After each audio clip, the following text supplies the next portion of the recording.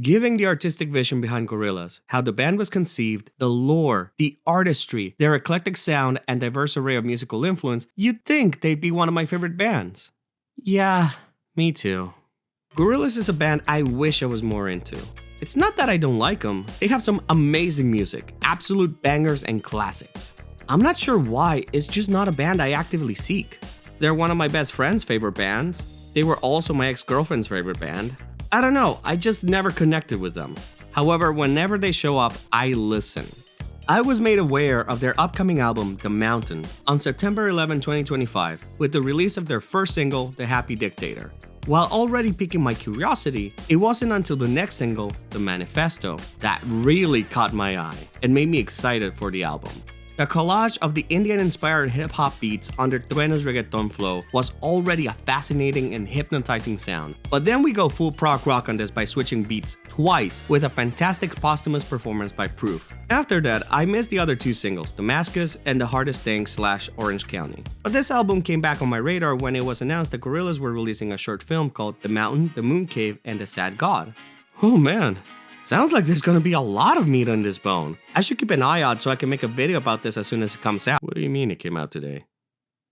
Oh, son of a bitch! Behind the concept of this album, based on a couple of interviews with Damon Albarn and Jamie Hewlett, and what I personally gathered from the album, is death. Albarn and Hewlett have talked about their experience and fascination with Indian culture and Hinduism, and the death of both of their fathers a mere 10 days apart cemented this philosophical approach to the album. I knew I probably had to pay attention to not just the music, but their lyrics, as Gorillaz have never been shy about topics like politics and religion, especially when their lead single was The Happy Dictator.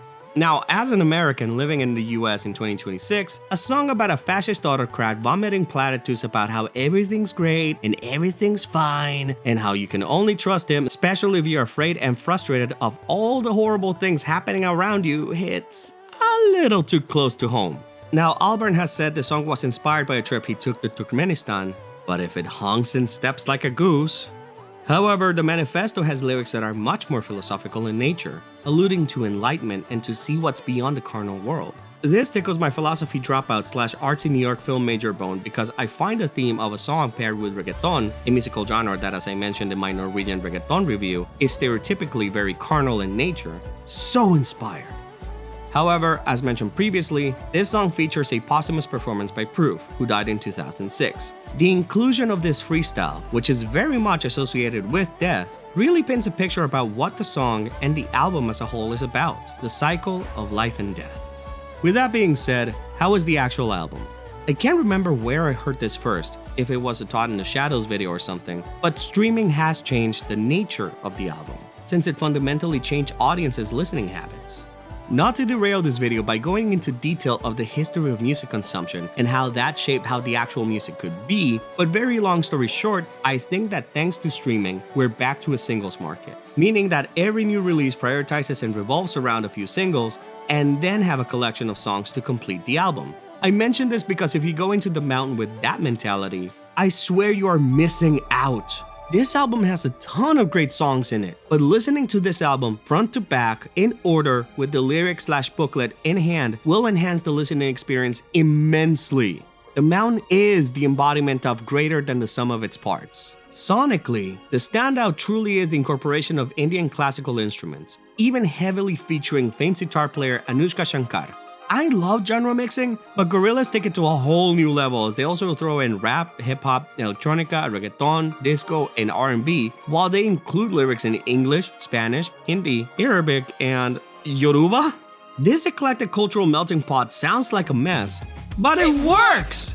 There are some bops here like The Manifesto and The Moon Cave, but I will admit there are some songs that I feel are a bit too low energy for my taste. While I wouldn't listen to songs like The Empty Dream Machine, The Plastic Guru, or The Shadowy Light on their own, in the context of the album due to its theme, it elevates them into a much more worthwhile listening experience. Now, if there was one thing I would criticize this album for, is its structure. Not all concept albums need to have a narrative. Sometimes songs are connected thematically, not narratively, in which cases the song order may not be as important. However, I do think The Mountain missed out on a huge opportunity due to its song order. As alluded to earlier, the theme of the album is death. But in Hinduism, death isn't the end of life, but just one more step in the cycle of samsara. While the majority of songs are very spiritual, existential, and related to death, there are others like The Happy Dictator and Damascus that are more political in nature. Damascus in particular, given how late in the album it shows up, to me it felt like the album kinda got sidetracked. Personally, I would have split the album into the alive and the dead halves. Keep the first two songs, The Mountain and The Moon Cave, as is. The Mountain is a fantastic overture, and The Moon Cave is a great album opener that kinda lays out the thesis of the album. I think we could follow that up with the more political songs, The Happy Dictator and Moving Up Damascus, and then having songs like The Empty Dream Machine, The Plastic Guru, and The God of Lying follow that up. Then we could have The Shadowy Light, which I personally think is the weakest song in the album, but it feels like a great transition into the afterlife half of the album, where we can now have songs like The Hardest Thing in Orange County. These two songs must not be separated, they're basically one song. The Manifesto, Delirium, etc. Finally, I'd leave the last two songs of the album, The Sweet Prince and The Sad God, where they currently are. If we're following a character throughout the mountain as they live their life, die, and follow them through their journey in the afterlife, The Sweet Prince feels like a perspective change from the person who died to a loved one they left behind. And The Sad God is the so what of the album. After the journey, the Sad God interrogates us, not expecting us to answer, but to really internalize what they're saying against what we've been through, both in this album and in life, all in an attempt for us to hopefully learn our lessons that we can take into our next phase. Closing the album with the same motif we've heard back at the beginning of this journey, the same melody featured in The Mountain. The journey has ended, but it begins anew. Of course, this is the way I would have arranged it. I think a song order like this would have made the album stronger thematically and philosophically, but that's my opinion and interpretation. And ultimately, it amounts to basically a nitpick. As is, this is still a fantastic listen. Last thing I want to touch on. With the release of the album, Gorillaz released a short film called The Mountain, The Moon Cave, and The Sad God. While on Twitter, I saw there was a theory floating around about how this short film depicts Gorillaz dying and on their journey into the afterlife, whatever that may be. After listening to the album and what Albarn and Hewlett have said about making The Mountain, not only do I think this theory plausible, but I think that might have been the point. In an interview with Rolling Stone, Hewlett described life as a mountain. The mountain is a metaphor for life. The bottom of the mountain is vast, with many green jungles and many paths, many opportunities. And the higher you climb, the more narrow it becomes. And if you make it to the top of the mountain, what is beyond that? With this in mind, what I think the short film might be about is not Gorillaz' death journeys. Not literally, at least. I think this represents a person's life journey. The fact that we start with the youngest version of Noodle making her way through the forest, we see her grow up, encounter all the members whom, at the gate of the mountain, then trek together up the mountain through a cave filled with art and imagination, only to find themselves boating down the river where each jump into a dark unknown.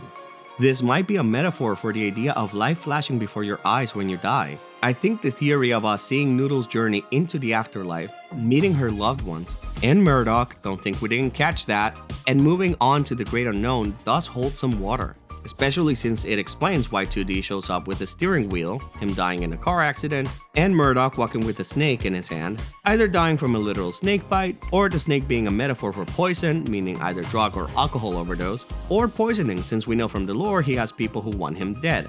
The explanation for Russell is that he died of natural causes, but when it comes to theory crafting, this does feel like trying to explain away the odd one out to make the theory fit. But there isn't any evidence to suggest otherwise, so yeah. Plus, in a later sequence, we see Noodle on top of Russell floating down a river, which feels like a direct reference to Plastic Beach and its storyline where in the Scrap Rhinestone 9's music video, we see that after their re-encounter, Noodle basically sails on Russell to Plastic Beach. While this could just be a reference, and more specifically to the Jungle Book and we're all reading way too deep into it, this callback does feel thematically tied due to the context of both the song and the album. But this is just an interpretation. I've talked a lot about themes and messages, but a wonderful thing about both the album and the short film is that there is a lot of room for interpretation, and I would love to hear yours as well. Finally, I want to close this video with an anecdote. One of my core memories was going to a friend's house, and for some reason we closed the curtains, turned off the lights, and played Demon Days from start to finish. We all just lied down. I was on the floor, I remember, and the lights from the Windows Media Player visualizer illuminated the room. That was probably the closest thing I had felt at the time to getting high. I can't speak for my friends, but I genuinely felt immersed in the world being painted by Demon Days. We laid there, in silence, just experiencing this odd and peculiar journey. The God of Lying triggered this memory, and made me kinda want to do the same thing with this album. All the songs in The Mountain feel like well-constructed pieces of art. However, this song in particular felt like the moment in a movie where a character breaks the fourth wall and starts speaking to you. Yes, you, directly. This song reminded me of that Demon Days hangout because we were all fully immersed in whatever this wonderland was shaping into. If Demon Days had a song like this, I think it would have sent our 16-year-old minds in a spiral. Or existential crisis.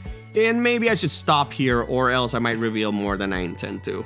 The Mountain isn't Gorillaz' new Demon Days, but it is on par with Plastic Beach. Not just in the quality of songs, but also in the sense that The Mountain is an album that might require a couple of repeated listens. Similar to Plastic Beach, I can see first-time listeners not vibing with many of the songs in this album, but becoming beloved classics down the line. Its unique sound and depth in lyricism gives listeners so much to chew on. It shouldn't be gulped, but savored.